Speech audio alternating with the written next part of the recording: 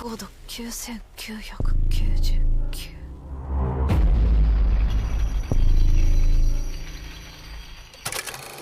Yudo disambut oleh kedua rekan partinya, Ayla dan Laye. Di sana, ia langsung memberitahu bahwa dalam beberapa hari ke depan mereka akan menuju dungeon laboratorium. Sehingga ia meminta keduanya menyiapkan semua perlengkapan yang diperlukan. Mendengar hal itu, Ayla dan Laye segera menerima perintah tersebut. Namun, ketika ditugaskan untuk membuat daftar persediaan, Laye justru berniat menyerahkan tugas itu kepada kakaknya. Ayla merasa keberatan karena menurutnya Laye seharusnya ikut membantu agar pekerjaannya tidak semakin menumpuk. Terlebih lagi mereka adalah kakak beradik. Meski begitu, Laye tetap beralasan bahwa pekerjaan tersebut akan selesai lebih cepat jika kakaknya saja yang menanganinya. Ia mengaku memiliki tugas lain dan akan memberikan kemampuan terbaiknya untuk membantu Yudo saat bertarung nanti. Ayla menganggap Laye hanya mencari alasan dan melimpahkan seluruh tanggung jawab kepadanya. Menurutnya, jika Yudo sampai turun tangan membantu, justru itu tidak sopan. Pertengkaran kecil pun meletus, membuat keduanya saling mengejek dan memancarkan niat membunuh satu sama lain. Melihat situasi memanas, Yudo segera menengahi dan meminta keduanya berhenti. Meskipun bersaudara, ia tidak ingin melihat mereka bertengkar karena hal sepele. Laye membela diri dan menganggap bahwa seorang wanita memang pantas mendapatkan kasih sayang dari pria berbakat seperti Yudo, bahkan jika harus bersaing dengan kakaknya sendiri. Mengejutkannya, Ayla justru setuju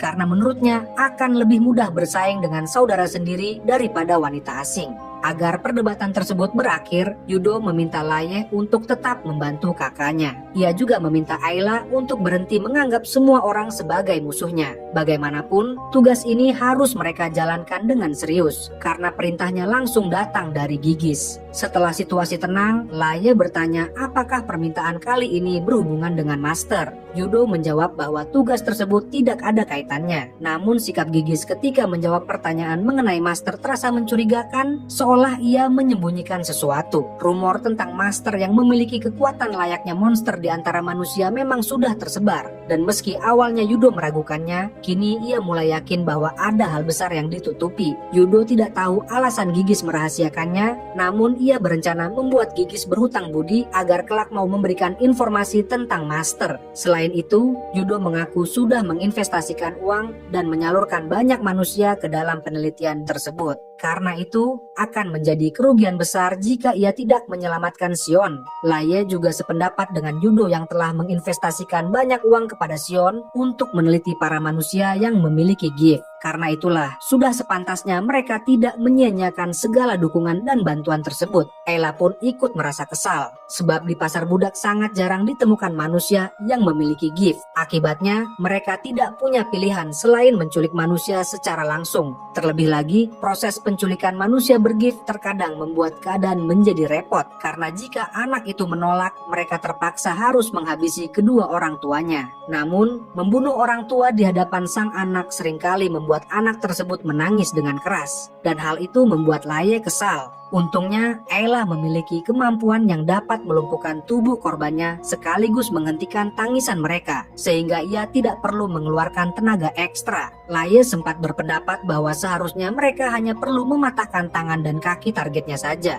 Namun tindakan itu berpotensi membunuh manusia tersebut. Karena itu, ia mengakui kemampuan kakaknya memang sangat membantu. Di samping itu, bagi Yudo, semua perlawanan manusia sama sekali tidak ada gunanya. Bukan hanya orang tuanya saja, bahkan para penduduk desa juga seringkali ikut melindungi target mereka. Anehnya, hal tersebut justru memberikan kesenangan tersendiri baginya. Jika saja para penduduk desa tidak ikut campur, Laye tidak akan sampai menghancurkan seluruh desa. Ia bahkan penasaran mengapa manusia bisa sebodoh itu. Yudo kemudian menambahkan, justru manusia ternak yang bodoh seperti itulah yang cocok menjadi sasaran. Apalagi jika penelitian Sion berhasil, mereka berpotensi menjadi master. Jika itu terjadi, mereka bisa memiliki kekuatan luar biasa yang bahkan mampu melebihi pasukan White Knight. Karena alasan itulah, mereka harus menaklukkan dungeon laboratorium dan menyelamatkan Sion agar penelitian tersebut dapat terus dilanjutkan. Singkat cerita, party Light saat ini berada di atas kapal yang sedang menuju ke negara Dark Elf. Bagaimanapun juga Light tidak akan membiarkan siapapun menghalangi balas dendamnya terhadap Sion. Oleh karena itu, ia merasa harus melihat Sion secara langsung di negerinya sendiri. Di saat yang sama, Gold berkata bahwa sehari setelah mereka meninggalkan kerajaan Elf, tujuan mereka sudah mulai terlihat karena ia dapat melihat negara Dark Elf dari kejauhan. Light juga menyadari bahwa salah satu pulau yang terlihat adalah Pulau Kojima, milik negara Dark Elf, tempat laboratorium Sion berada. Bisa dibilang, laboratorium itu Siona dapatkan setelah mengkhianati Light. Dan ironisnya, kini laboratorium tersebut justru berubah menjadi dungeon yang mengancam nyawanya. Menurut Gold, ini adalah karma yang pantas bagi Sion karena telah melakukan penelitian kejam. Sementara itu, Nemumu bertekad menyeret Sion hidup-hidup ke hadapan Light. Gold kemudian berganti topik dengan membahas kondisi kerajaan Elf yang menurutnya semakin mengerikan. Sejak para manusia dibebaskan dari perbudakan, tidak ada lagi yang bertugas membersihkan sampah, sehingga kerajaan tersebut dipenuhi tikus dan kotoran yang menjijikan di mana-mana. Hal ini terjadi karena ras Elf sudah terlalu lama menyerahkan pekerjaan itu kepada budak manusia,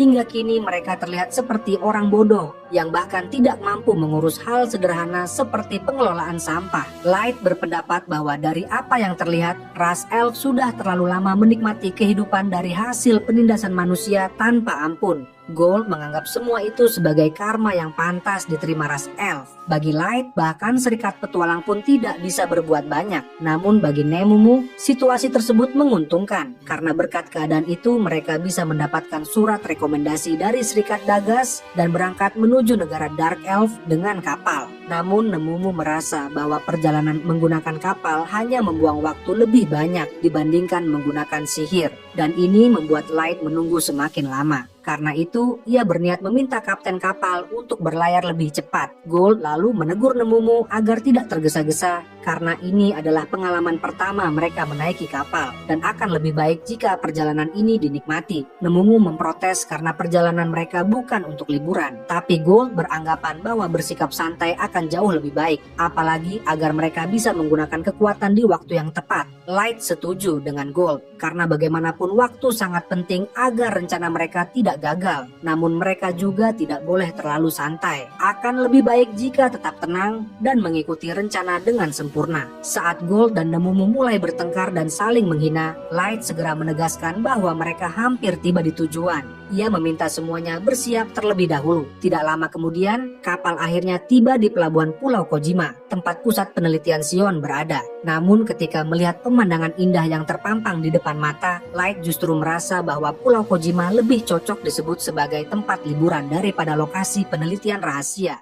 Dalam mimpinya, Light melihat orang tuanya beserta kakak dan adiknya berada di depan rumah. Namun ketika Light mencoba mendekati mereka, ia justru terbangun dari tidurnya. Light tidak mengerti mengapa ia tiba-tiba memimpikan kampung halamannya. Mungkin saja itu pertanda buruk, atau bisa juga karena pikirannya sedang penuh. Setelah kelompok Light tiba di Pulau Kojima untuk pergi menuju dungeon laboratorium, mereka segera dipandu menuju sebuah pondok di sekitar pulau untuk bermalam. Awalnya Light berniat langsung menuju dungeon, namun karena mereka belum mendapatkan informasi apapun, ia memutuskan untuk berhati-hati dan memilih rute yang lebih aman. Di ruang tamu, Light bertemu dengan Gold dan Nemumu. Ia memberitahu bahwa sudah waktunya untuk berkumpul dan bertanya apakah semua persiapan telah selesai. Gold dan Nemumu menjawab bahwa semuanya sudah siap dan mereka bisa pergi kapan saja. Mendengar hal itu, Light pun memutuskan untuk langsung menuju lokasi tujuan. Dalam perjalanan, Gold berpendapat bahwa entah mengapa ras manusia selalu mendapatkan diskriminasi. Buktinya, pondok yang mereka dapatkan terlihat sangat jelek dan kotor. Namun setidaknya, pemandangan di Pulau Kojima membuatnya merasa seperti sedang berlibur. Wisma dan pantainya juga terlihat bersih dan bangunan wisma tersebut tampak seperti resort mewah.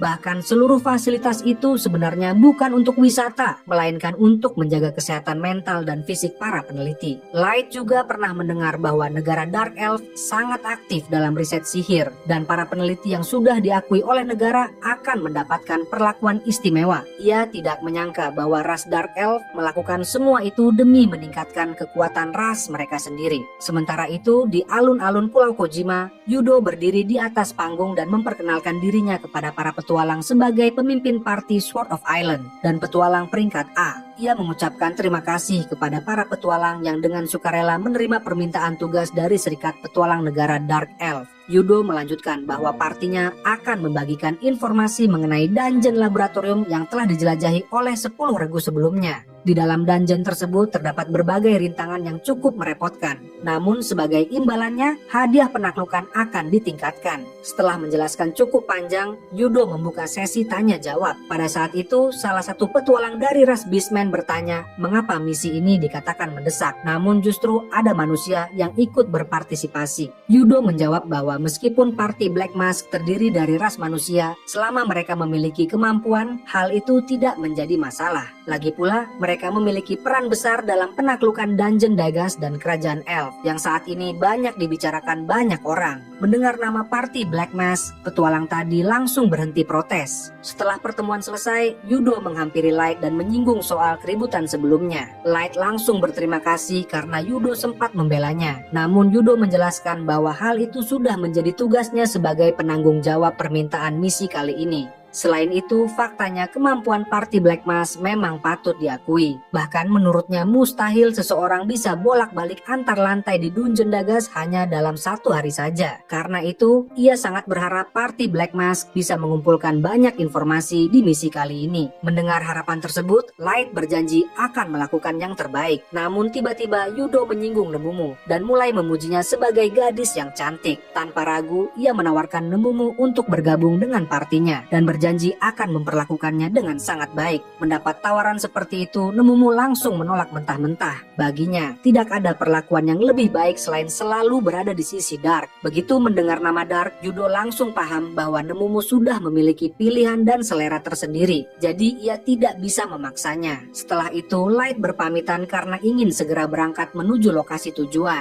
Sebaliknya, Yudo mengatakan akan menantikan informasi dari mereka dan berharap suatu hari Nemumu mau berubah pikiran. Setelah berpisah, Gold berpendapat bahwa Yudo tampaknya tidak menyerah begitu saja terhadap Nemumu dan rasanya akan cukup merepotkan jika mereka bertemu lagi dengannya di dalam dungeon nanti. Ia bahkan tidak habis pikir mengapa Yudo bisa tertarik pada Nemumu yang menurutnya berdada rata. Mendengar komentar itu, Nemumu langsung kesal dan membela diri sambil mengatakan bahwa ukuran dadanya normal. Di sisi lain, Light menyampaikan bahwa Nemumu tidak salah dan justru parti Yudo memang terkenal merepotkan. Namun yang lebih penting saat ini adalah segera bergegas menuju lokasi karena Light sendiri penasaran seperti apa bentuk dungeon laboratorium tersebut. Beberapa saat kemudian, parti Light akhirnya sampai di tujuan. Saat itu Nemumu berpendapat bahwa bangunan yang disebut sebagai dungeon justru tampak seperti penjara. Sesampainya di gerbang pintu masuk, parti Light terlebih dahulu melakukan pendaftaran sebagai partisipan dan mereka mendapatkan pesan penting agar tidak saling membunuh petualang lain karena tujuan utamanya adalah mengumpulkan informasi untuk penaklukan dungeon. Setelah semua selesai, barulah parti Light diperbolehkan masuk ke dalam dungeon laboratorium. Bisa dibilang, pada awalnya laboratorium ini hanya memiliki 2 lantai di atas tanah dan 1 lantai bawah tanah. Namun setelah berubah menjadi dungeon, kini muncul lantai bawah tanah kedua dan ruangan di dalamnya terus-menerus meluas. Selain itu, terdapat jenis monster baru yang dapat menembus sihir dan melancarkan serangan mental, serta beberapa monster unik lainnya. Semua informasi ini sebelumnya sudah Light dapatkan dari Yudo dan pihak Serikat Petualang. Sesampainya di dalam gedung, Light langsung merasakan perasaan tidak nyaman yang mengingatkannya pada sesuatu yang pernah ia lupakan. Untuk mengantisipasi bahaya, Light meminta Nemumu agar memimpin jalan dan mencari jebakan. Sementara Gold bertugas mengawasi sekeliling untuk mempersiapkan pertahanan jika ada serangan mendadak. Mendapat perintah tersebut, Nemumu dan Gold segera bersiap menjalankan tugasnya masing-masing. Saat mereka tiba di pintu masuk menuju lantai bawah tanah, Nemumu menjelaskan bahwa pada bangunan aslinya seharusnya terdapat aula untuk presentasi dan pertemuan tepat di depan pintu tersebut. Namun sekarang aula itu justru berubah menjadi koridor panjang yang tidak pernah ada sebelumnya. Ketika mulai melangkah lebih jauh, Light merasakan hawa aneh dari keberadaan monster yang bentuknya menyerupai manusia. Ia juga tidak mengetahui alasan mengapa kartu pencarian tidak dapat digunakan untuk menemukan keberadaan Sion. Namun mau tidak mau, Light memutuskan untuk memeriksa kekuatan monster di dungeon ini terlebih terlebih dahulu. Ketika Light mulai merasakan keberadaan monster itu semakin dekat, tiba-tiba muncul sosok Sion tepat di hadapannya, membuat Light terkejut karena ada 3 Sion yang langsung melancarkan serangan. Tanpa membuang waktu, Light segera menggunakan kartu Shadow Dance untuk mengikat pergerakan ketiga monster tersebut agar bisa memeriksanya secara langsung. Karena monster itu terus berteriak dan membuat kegaduhan, Light menggunakan kartu Silent agar dapat melakukan penilaian dengan tenang. Setelah diperiksa dengan teliti, ternyata monster yang menyerupai Siona tersebut merupakan bagian dari monster bernama Naga Jiwa, makhluk dari dunia lain yang dapat meniru tubuh manusia dan memiliki serangan mental dengan kecenderungan membunuh. Sekilas melihat nama monster dari dunia lain, Light langsung teringat pada sihir milik Ellie yang dapat memanggil monster dari dunia asing untuk meningkatkan levelnya. Perasaan itu sama seperti saat Ellie mengaktifkan sihir pamungkas bernama Cosmar Summon. Bisa dikatakan, Cosmar Summon merupakan sihir terlarang kelas pamungkas yang dapat memanggil monster-monster buas dari dunia lain yang tidak akan ragu menghabisi siapapun di hadapan mereka. Ellie sendiri hanya dapat menggunakan sihir tersebut sekali dalam 1 hari. Light berpikir bahwa kemungkinan ada seseorang di luar sana yang berhasil memanggil makhluk bernama Naga Jiwa ini. Namun setahunya, Sion tidak memiliki kemampuan menggunakan sihir kelas pamungkas. Jadi kemungkinan ada orang kuat lain atau bahkan seorang master yang ikut campur dalam masalah ini. Jika benar itu ulah seorang master dan berpotensi menjadi musuh, maka master tersebut memiliki kekuatan sihir yang setara dengan Ellie. Meski Light yakin bisa menghadapinya sendirian, ancaman seperti itu justru akan membahayakan Nemumu dan Gold. Saat Light tenggelam dalam pikirannya cukup lama, Nemumu bertanya apa yang harus mereka lakukan terhadap monster tersebut. Light pun menjawab bahwa ia sudah memperoleh informasi yang cukup, jadi biarkan dirinya sendiri yang mengurusnya. Setelah Light menghabisi monster tersebut, tubuh mereka segera menghilang tanpa meninggalkan batu sihir. Light beranggapan bahwa karena monster itu hanyalah tiruan dari Sion, maka sudah sewajarnya jika mereka tidak memiliki batu sihir. Hal inilah yang membuat negara Dark Elf tidak dapat memberikan informasi secara lengkap. Bagaimanapun juga, Sion sebagai ketua penelitian adalah pihak yang menyebabkan situasi aneh ini.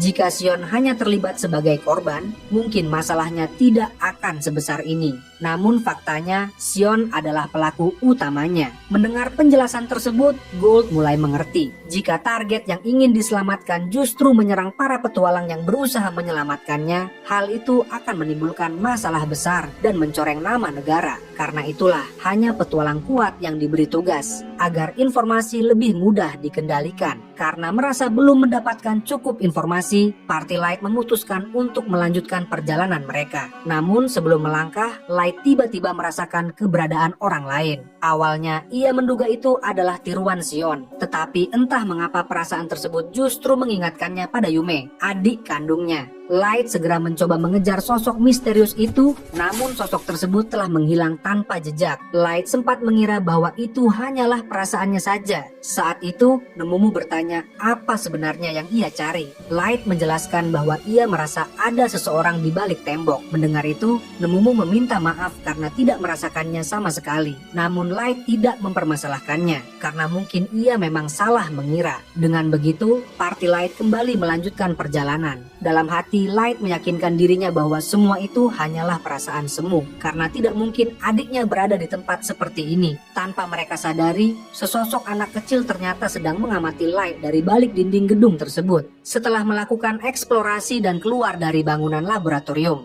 Light bertemu kembali dengan Yudo di depan pintu masuk. Yudo menanyakan apakah Light sudah ingin pulang. Light menjawab bahwa ia belum mendapatkan informasi yang cukup untuk dilaporkan. Jadi ia memutuskan untuk beristirahat terlebih dahulu. Setelah berpisah, Yudo mulai berpikir bahwa Light tampaknya memiliki gift, dan itu terlihat jelas dari tatapan matanya. Di antara para pemilik gift yang pernah ia culik, ada juga yang percaya diri dengan kekuatan mereka dan berani melawan. Dari semua yang pernah ia tangani, tatapan mereka sama, tatapan pemilik gift yang kuat. Bagi Yudo, pemilik gift yang menunjukkan sikap sok kuat justru semakin membuatnya ingin mengambil gift itu dan menjadikannya miliknya sendiri. Membayangkan betapa hebat kekuatan gift milik Light membuatnya semakin bersemangat. Karena itulah, mereka harus segera menemukan Sion dan melanjutkan penelitian tentang jiwa. Sementara itu, di dalam Dungeon Abyss, Ellie berpendapat bahwa munculnya Dungeon Laboratorium kemungkinan besar bukan disebabkan oleh seorang master, melainkan murni karena kecelakaan.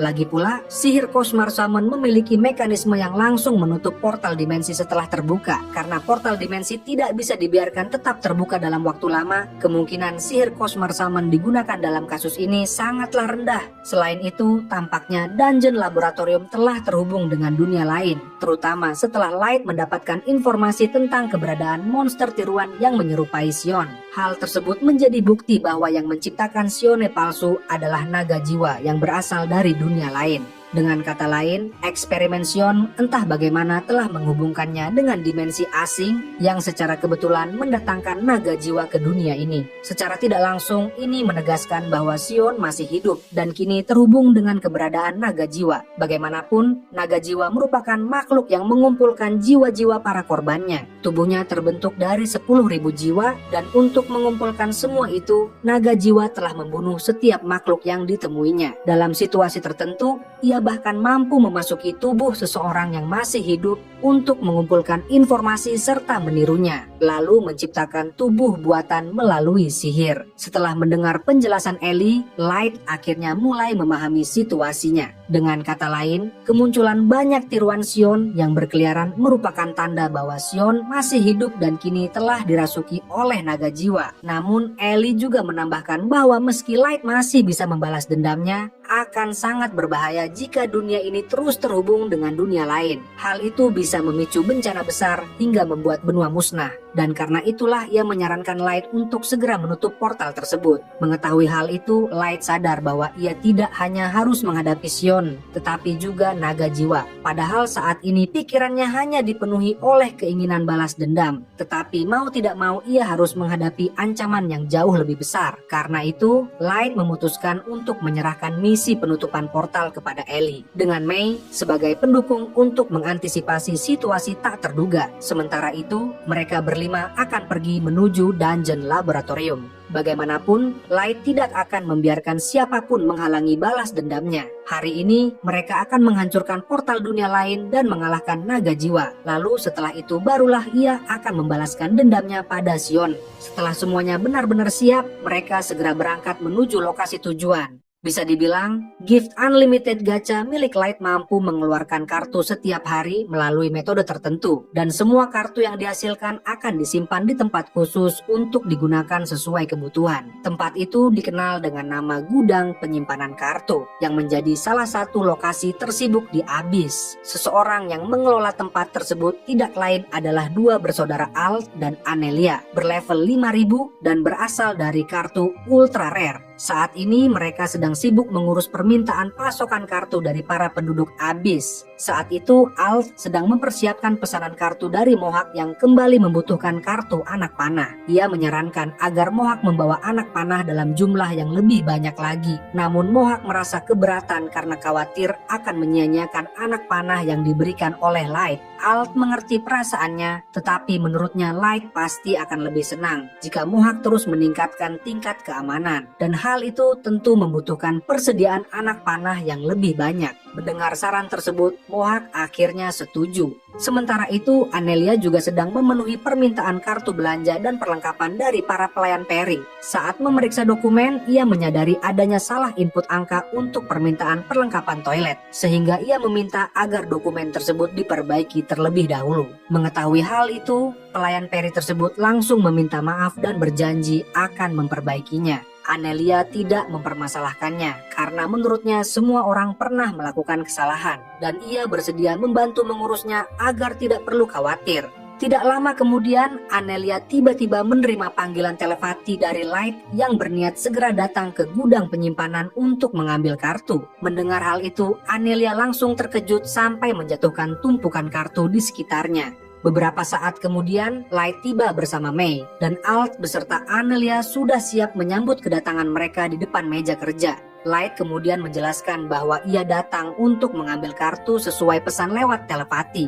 Alt sudah mendengar hal itu dari kakaknya, tetapi ia ingin memastikan kembali perkataan Light. Light menyampaikan bahwa untuk menghadapi naga jiwa, ia membutuhkan semua kartu dengan atribut khusus, sehingga ia meminta agar semua kartu yang dibutuhkan segera diserahkan kepadanya. Mendengar hal itu, Anelia sempat tidak habis pikir, karena jika begitu jumlah kartu yang harus disiapkan akan sangat banyak. Light menegaskan bahwa itulah alasan ia datang langsung dan membutuhkan bantuan mereka berdua. Mengetahui bahwa Light akan menghadapi musuh semengerikan itu, Anelia berniat ikut membantunya. Namun Mei segera menenangkannya. Ia menjelaskan bahwa sebagai pengawal Light, ia dan Ellie sudah dipersiapkan untuk terlibat dalam pertempuran. Mendengar penjelasan itu, Anelia akhirnya bisa sedikit tenang. Lagi pula, dengan levelnya saat ini, mustahil ia dapat membantu dan justru hanya menjadi beban. Selain itu, sebelum mereka berangkat, Anelia meminta Mei untuk memanggilnya kakak dan Mei menjawab bahwa ia akan mengusahakannya. Kemudian Light meminta mereka agar tidak mengkhawatirkannya dan menyuruh untuk bekerja dengan baik sesuai tugas masing-masing.